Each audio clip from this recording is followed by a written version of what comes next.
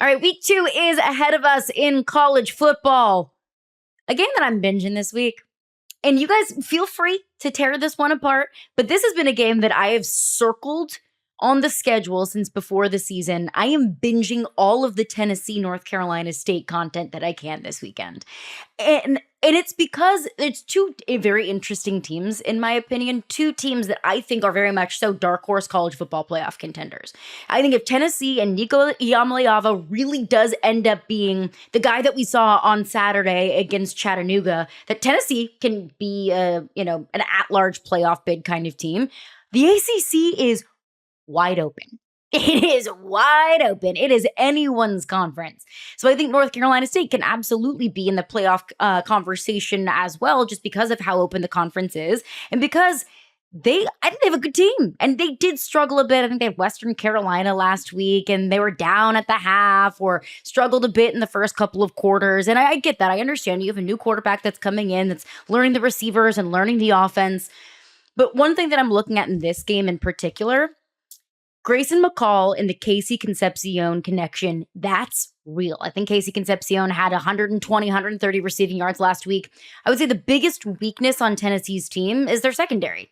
Wasn't very good last year. I think they lost maybe 10 players in the secondary in this past offseason. So they've got a lot to replace. They don't have as much depth as maybe they did over the past couple of years. That's the one wart that I would say today is on Tennessee's team. So I'm looking at that. I'm also just looking at Nico Iamaleava's first true test in the 2024 season. So give me all of the Tennessee, NC State, and Charlotte.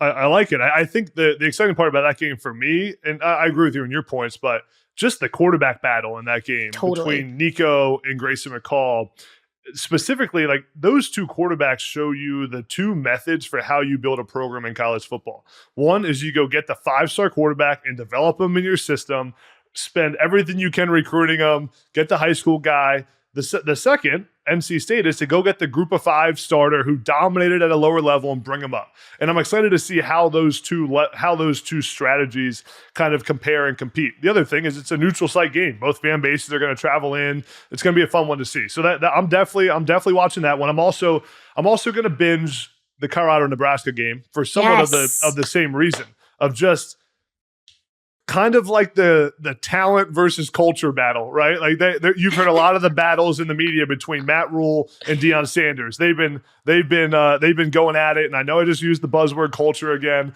but that's what's out there, and that's what Matt Rule's telling his players. Deion Sanders is telling his players the same thing. Lincoln's going to be mayhem.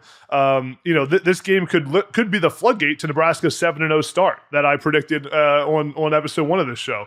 So Dylan Raiola against Shedeur Sanders, 2 NFL caliber quarterbacks. The winner of this game is going to be a top 25 team. And if Colorado were to pull this off, they then play Colorado State and Baylor next and could be 4-0. And everything we've been saying about Colorado is out the window, and Colorado's a top 15 team then. So this game's got big implications. What do you think, Fitz? I see your face, man. You're like you look like you're stressed out. What a shot every time Adam says culture or talks about Nebraska. When did we become hipsters on this show? Okay, look. Couple of things. Every Number time one, I talk about Nebraska, I'm gonna bring a shot glass next time, and I'm gonna fill it with Liars. It's a company that makes this fake alcohol. I'm gonna take a shot every time we talk about Colorado or culture on this show. That's what we're gonna do. Because look, I'll buy Caroline's Tennessee argument because I picked Tennessee to make the college football playoff. I think they are going to the playoff. I think this is going to be a statement win for them as an organization, as a program. Colorado, Nebraska's going to kick the snot out of them, right? And like, there's no, and now you both have mentioned games that you're going to binge, and nobody has mentioned the actual game of the week, like the game that every TV channel is going to, like Big Noon and Game Day are not sitting there saying, guys, should we go to Tennessee, NC State? No, they're all going to be at the Big House for Texas against Michigan. And all Texas did was go in and look like they might be the best team in the country. And through that whole process, then they sit down Quinn Ewers, who had a great half, to show the world how stinking good Arch is going to be. And you want to spend your time binging Colorado, Nebraska instead? Like, look, as somebody that partakes in a lot of edibles, I'm going to need those edibles before I watch Colorado, Nebraska if I'm picking that over Michigan, Texas. Like, I get the brand, I get the Big House, I get the TV hype, I get like Game Day all morning is going to be fired up for it. And you guys are giving me Colorado. What are we doing here, guys? We like what to deny ourselves of good things here on the show. I think that one's a stream for me. And for the same reason, I thought that Clemson, Georgia was a skip. I'm like, I don't need to see Georgia whoop Clemson's butt. I already know what's going to happen. I think Texas is going to wax the floor with Michigan. We saw Michigan just struggle against Fresno freaking State. We just spent the beginning of the podcast talking about how Michigan was overrated and doesn't belong in the top 10. Anybody think that Texas shouldn't be in the top 3? Anybody? I think they very much so belong in the top 3. Give me Quinn Ewers against this kind of Michigan team that's trying to figure out what their identity is. Texas knows exactly who they are and what they want to be. I think Texas wins this game by at least 2 touchdowns, if not more. Yeah, and I think this is a game where Texas can really make that statement for this season of like they are in the not just in the tier of like the top 4, that they are gonna breach that kind of 1-2 teams in college football. If they come in and win this game by 14 points, like you just said, tons of Texas fans will be traveling to Ann Arbor. This will be one of the best environments in the country. If Michigan plays the way they played on Saturday on offense, the game will be ugly. But there's still a less than 7-point underdog for a reason in this game. This is going to be a good football game. Michigan's defense is still one of the best in the country, one of the top 3 defenses in college football. They're going to get stops. And then we'll have to see if Michigan can run the football. They didn't on Saturday. We just talked about it at the top of the show, but it was one game, as we said. And maybe are we going to see Alex Orji more from Michigan? But what we saw, they didn't play him. They didn't play him at all on Saturday. So it'll be interesting to see if Michigan kind of has a new plan or new strategy after seeing how much their offense struggled. But if this is a close game in the fourth quarter, it's because Michigan will create a couple takeaways on defense and keep this game close. They simply don't have the pieces on offense to make it a game. But it is a statement game for Texas to go out and dominate this the way they should. Would be huge for Steve Sarkisian. Yeah, I just love drama, right? And I'm going to get that no matter what in this game, because if Texas somehow falters, as good as Arch looked, if Quinn goes in and just absolutely lays an egg in the big house, everybody's going to be calling for it, right? If Michigan gets absolutely decimated, and I'm with you, Caroline, I think, like, if you're asking me, I think it's about a 20-point win. And if that happens, now we're going to have, is the sky falling? Is Michigan football now not going to be a prominent program? Like, all of the yelling and screaming that will happen about that is a beautiful thing. Plus, it is still Texas at the big house, which, in my mind, the College Football Playoff Committee, I can already hear it in my head when at the end of the year, we're talking about Texas' schedule, and they're going to say, well, that's still a valuable win going to Michigan early in the season. Like, so there's all of these layers to all of it. So you guys have both lost your damn minds if you're trying to watch either of those games before it. Caroline, that being said, what about a skip? Is there a game that you're just other than this one that you're barely streaming? Is there a game you're just out on? There's a lot of what I will now call gummy games this weekend, which are games that I need to watch a gummy before just to be able to get through. Like, no disrespect to East Carolina at Old Dominion, but probably won't be tuning into that one. One game, though, in particular, outside of all of these gummy games, I feel the need to call out USF at Alabama. And the reason why is because I think there's going to be a lot made of Alabama at USF last season. When Jalen Milroe got benched, Tyler Buckner started that game. The game was tied at 3-3 at halftime, where it took 2 USF turnovers for Alabama to even find the end zone. After that game, we're all asking ourselves, like, is Bama cooked? Did Saban lose his fastball? Like, the sky was falling in Tuscaloosa.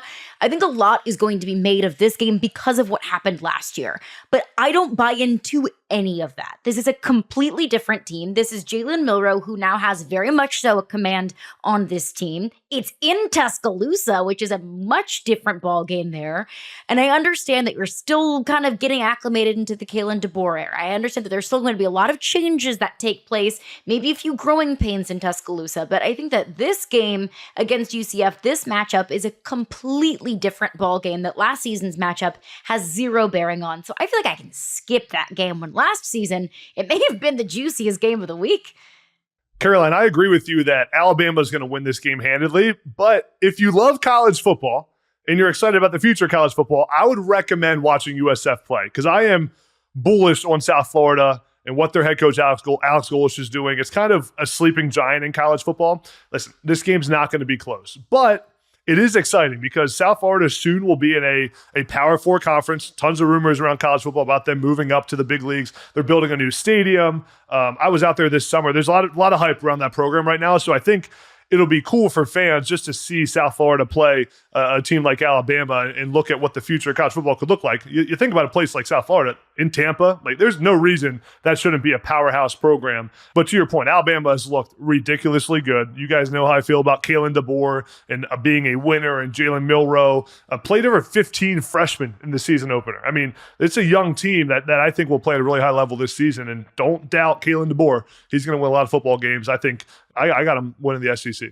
I'm with you, by the way, that game is skippable, but I think we could also just acknowledge that most of the rest of the slate is skippable. I'd rather just go eat a bunch of cupcakes, although now that Carolina said that I need to work on my physique, I can't. Like, I'd rather eat a bunch of cupcakes than watch a bunch of these cupcakes. These cupcake matchups this weekend are just like, there's a lot of bad football games out. We're all starving enough for football that we're going to watch these games, but we're also going to feel dirty about it Sunday when we look back and we think, God, did I really watch that matchup yesterday? That's going to happen. I'd rather watch Old Dominion, the band, than Old Dominion, the football team this weekend. I'm just saying. Yeah, I'm a sicko, but I am not so much of a sicko that I'm going to take part of my Saturday to watch Merrimack at UConn. Okay, like yes, that's a skippable right game down the road. What and are we that doing? That's goes the home without saying. opener here. That's a good game. Jim Mora at UConn. I mean, that's good football. Maybe I'll you go to guys that one. be my guest and report back because I cannot wait to hear the riveting stories and storylines that come out of that game. It's got to be free for that. God. I mean, at least free waters and free beers outside of the stadium to bring the people in. That's enough. You know, we're simple creatures.